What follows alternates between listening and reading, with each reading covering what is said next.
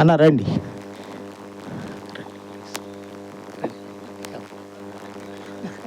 Greetings.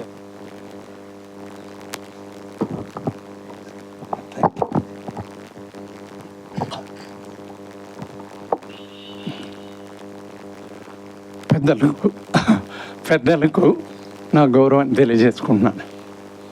పెద్దలు అంటున్నప్పుడు పాతకాలం వాళ్ళు ఉంటారు కదా, స్త్రీల్లో పెద్దలు, పురుషుల్లో పెద్దలు, వయసులో వాళ్ళందరూ పెద్దలు.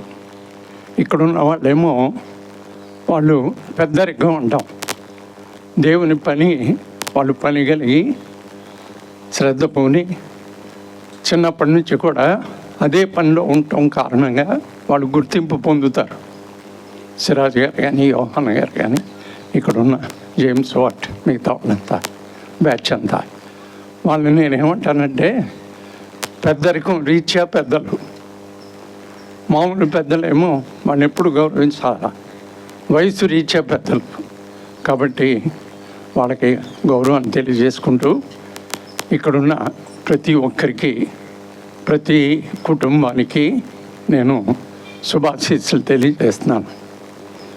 మరి అప్పట్లో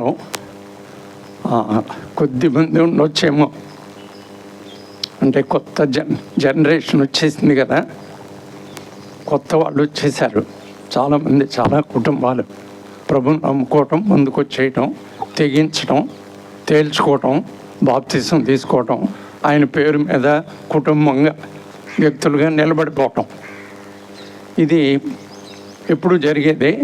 కానీ మీ విషయంలో అది జరిగింది. మీరు నిలబడిపోయిన కుటుంబాలు కాబట్టి మిమ్మల్ని అందరినీ కూడా అభినందిస్తున్నాను.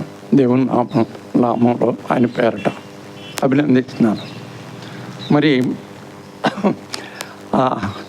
ఏదో చుట్టూ ఉన్న బోధలు వాటికి మీరు అంటే అప్పుడప్పుడు ఫోన్లో అక్కడిక్కడ చూస్తున్నారేమో కానీ మీరు ఆ బోధలకి పెద్ద ప్రభావితం అవ్వలేదు. మీకేంటంటే చిన్నగా చక్కగా ఉండిపోవడం, కొద్దిమందిగా ఆ కొద్దిమందిలోనే ఉన్న వాక్యం ఉన్నట్టుగా మీరు వింటాం అప్పటి నుండి. కాబట్టి మీ విషయంలో ఈ ప్రమాదం లేదు.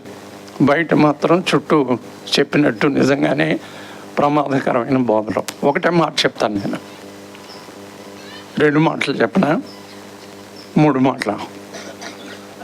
ఒకటే మాట చెప్తాను. ఎన్ని మాటలు? 3. వెనక నుంచి 3 అంటున్నారు అంటే కాసేపు ఉండమని స్టేజ్ మీద. ఒకటే మాట చెప్తా. నేను చెప్పాలి అని అనుకుని బైబిల్ తీసామనుకోండి, ఏమొస్తాయి? నా మాటలు వస్తాయి. మళ్ళీ నేను చెప్పాలి అని అనుకుని బైబిల్ చేతితో పట్టుకుంటే నా మాటలు వస్తాయి. బైబిల్లో ఉన్నది చెప్పాలి అని అనుకుంటే బైబిల్ మాటలు వస్తాయి. అవునా కదా? ఏంటి చూస్తున్నారేంటి? ఒప్పుకుంటే మీ మీద కోపం రాదు, ఒప్పుకోలేదనుకో చాలా కోపం. ఎవరికి? నేనేదో చెప్పాలి అని అనుకుంటే బైబిల్ నాకు సపోర్టు. అది ఇప్పుడు వెహికల్ అంటాం, ట్రాన్స్పోర్ట్ వెహికల్. నేనేదో చెప్పాలి అని అనుకుంటే ఆ ట్రాన్స్పోర్ట్ వెహికల్ ఏంటి? బైబిల్. లేదు, నేను బైబిలే చెప్పాలి అని అనుకుంటే నేను ట్రాన్స్పోర్ట్ వెహికల్. బైబిల్ పైన నా మాటల కింద నేను చెప్పాలి అనుకుంటే నా మాటల పైన బైబిల్ కింద. అదే జరుగుతుంది. అది పట్టుకోవాలి మీరు. పట్టుకోలేకపోతే ఎలాగా?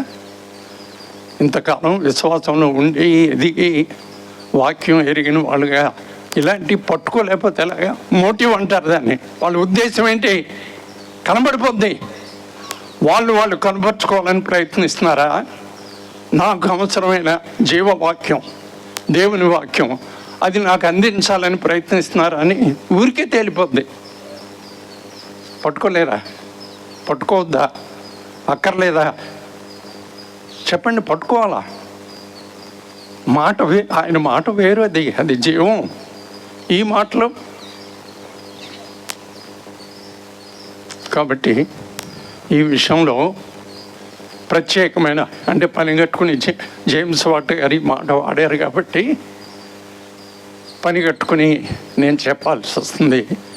ఈ విషయంలో మీరు శ్రద్ధగా జాగ్రత్తగా ఉంటే, ఉపదేశకుల యొక్క మోటివ్స్ మీరు పట్టుకుంటూ ఉంటే, వాళ్ళ ఉద్దేశం, వాళ్ళ మనస్సు పట్టుకుంటూ ఉంటే మీరు అటు ఇటు వరకు వాక్యంలోనే ఉంటారు.